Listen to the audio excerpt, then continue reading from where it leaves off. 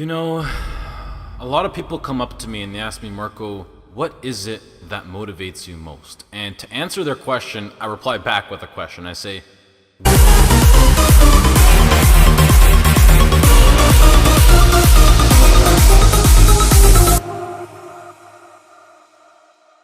desires? Would you regret not living your life to the fullest? Would you regret not spending as much time with your family, friends, or loved ones?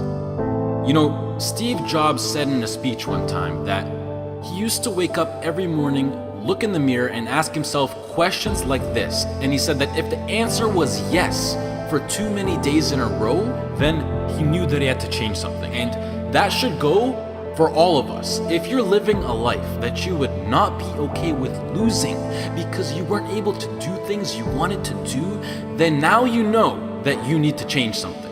Life is simply too short and unpredictable to not live exactly the way that you please. It is ridiculously unpredictable. It is possible that on any given day to die at any point throughout that day without ever being able to see it coming. You know, when I was 13, I had this teacher who was an absolutely amazing person. I'd known him for several years then, and he had 2 kids, a loving wife. He was a man of God, contributed to the community. He gave us everything that he had, and he would bike to school every single day. I always remember him coming to school on his bike, and one morning on his way to school, it was early in the morning, he was crossing an intersection. A reckless driver comes out of nowhere, hits him, he dies on the spot, on the moment of impact. His death taught me so many valuable things in life, and one of them being that it went on to show that no matter how much you don't deserve to die, and no matter how good of a person you are, and no matter what your situation is, no matter anything, it goes to show that death is inevitable and random, and it will eventually consume each and every single one of us, whether it's in 50 years, in 10 years, next year, or even tomorrow. You cannot control it. The people around you cannot control it. As long as you're at the wrong place at the wrong time, your whole life could disappear in the blink of an eye, along with everything you wished you could have done. Whether you're walking down the street, whether you're stepping into the elevator, whether you're walking down the stairs, whether you're just existing. Listen, you'll see people from nowhere die of a heart attack. Gone. No family history, no symptoms, no causes, nothing. It happens, and that's the cruel life that we live in, and it's something that we cannot control. So what I want to make clear is that regardless of the path that you take in your life, at one point, death will consume you. It doesn't care whether you floss your teeth in the morning, whether you raise a family or not, whether you go on to be rich, poor, a success, a failure, whatever. You are still going to die at one point. It is that simple. And knowing that you're going to die soon should be the biggest motivation to both make the difficult decisions in life and to get your ass out of bed in the morning. So now the question becomes, what is it that you truly have to lose?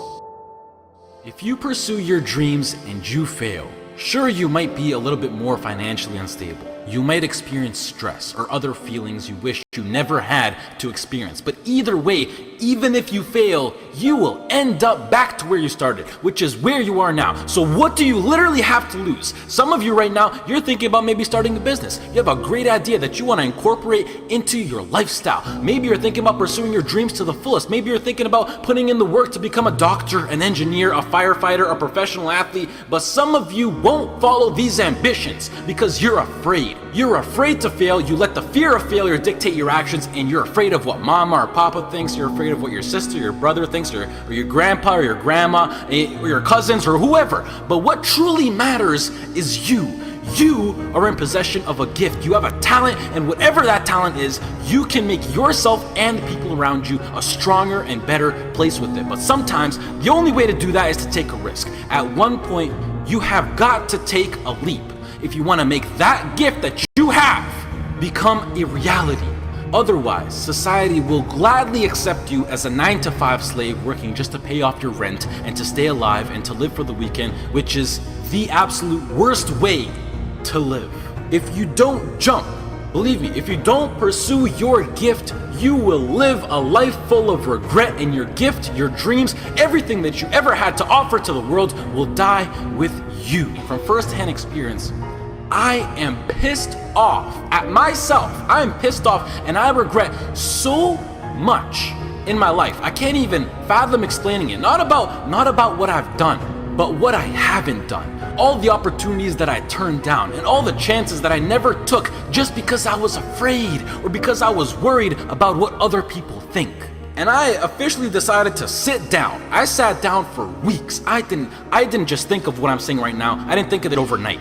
This is months of thinking, and I just sat down and I just wrote. And after comparing the randomness of death versus the chance of you failing while relentlessly pursuing your dreams versus the chance of you living a terrible life because you failed at pursuing your dreams versus just calling it a day right now and living a traditional Western world lifestyle versus everything you can think of versus absolutely everything. And I can gladly say that right now, as of this moment right here, I would rather live each day as if it were my last and take every risk possible in these sacred moments that I have on earth now to make myself as successful and happy as possible than to be sitting in my deathbed when I'm 90 years old regretting not taking a chance and thinking about what my life could have been if I just jumped when I was 18 or when I was 15 or when I was 22, because tomorrow is not a promise. I would rather die trying to live my dreams than to live a longer life filled with regret. Life is too short and too unpredictable to live it. I've seen it firsthand. It is not worth it to live it safe, basic, and traditional. But do you know why most people choose to live that safe life over taking risks in their life? I mean, there's a pretty good argument not to. Why would you? Why would you take a risk that puts you through stress, puts your family through stress, makes you lose sleep, makes you lose time, makes you put in the extra work, makes you take ridiculous chances that are 1 to 1,000? You know, but before I even continue, the fact that I'm even sitting here and talking is astonishingly ridiculous on its own. The chance of you being born is 1 to 400 trillion. That number is so big you cannot even wrap your head around it. But okay, what I wanted to say was that the reason why people don't want to take these risks is because right now they feel like they got a lot to lose and that their current situation is relatively nice. And most importantly, right now, they are comfortable.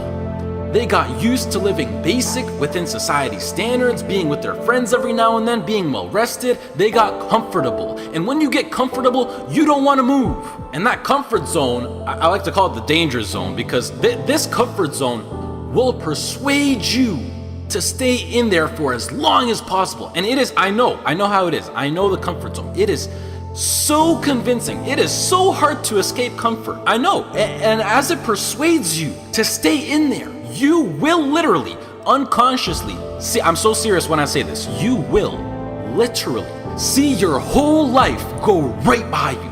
And the main reason that I'm serious about this now is because I am pissed off for greatness. I want to move mountains. And like Ray Lewis once said, if you're not pissed off for greatness, then you're okay with being mediocre. And I am definitely not okay with being average. And I don't think anyone should be. But anyways, to address why I'm even talking about any of this at all in the first place is because I recently got an offer to move out to Los Angeles, California to live with 2 other entrepreneurs as a content creator and media influencer. And it makes me sad because it's opened up my eyes to see what I truly have in store for me, what's waiting for me out there in the future. And it's just a tiny glimpse of what I'm capable of achieving within my short life. However, I doubt that I could get the right legal paperwork done in order to move to the US to work for a job such as YouTube, which is really not in control of the government. And the last thing that I want to do is to go to the US to work in a legal job as an illegal immigrant. So as of this moment, I feel like I have to pass up yet another opportunity. And it makes me feel like I just keep letting my dreams slip from my hands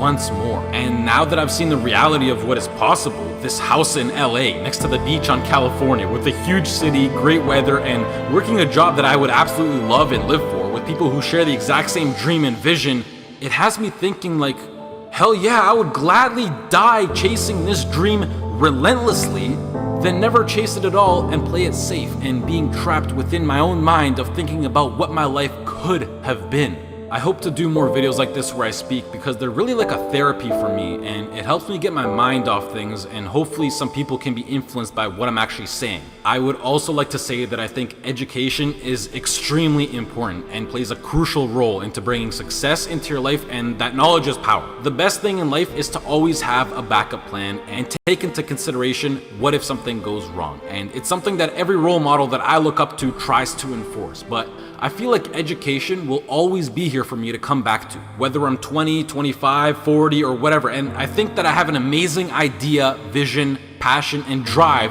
now in my peak, and that I'm able to capitalize on, which makes me feel like I'm throwing it away if I don't pursue it. And the biggest response that I've been getting recently is, Marko, what if it fails? Which, I mean, yeah, like, what if it fails? But that's the whole point of taking a chance with things like startup companies or entrepreneurship. It's ridiculously high risk. Like, what if I get hit by a car? What if I lose my wallet? Or better yet, what if this succeeds? You know, it's easy to be negative or to be closed-minded, but I think it's easier to be optimistic and to be open-minded. And please do yourself a favor, which is a separate topic on its own for another time, but try to surround yourself with people who impose and promote positivity and good vibes. You will notice the tremendous effect that it has on your lifestyle. Starting your own business or being self-employed, although preferable, doesn't exactly require any kind of diploma or degree. And I think that with a proper business plan and with the drive that people like you who are watching this video fuel me with, I feel like I can accomplish anything.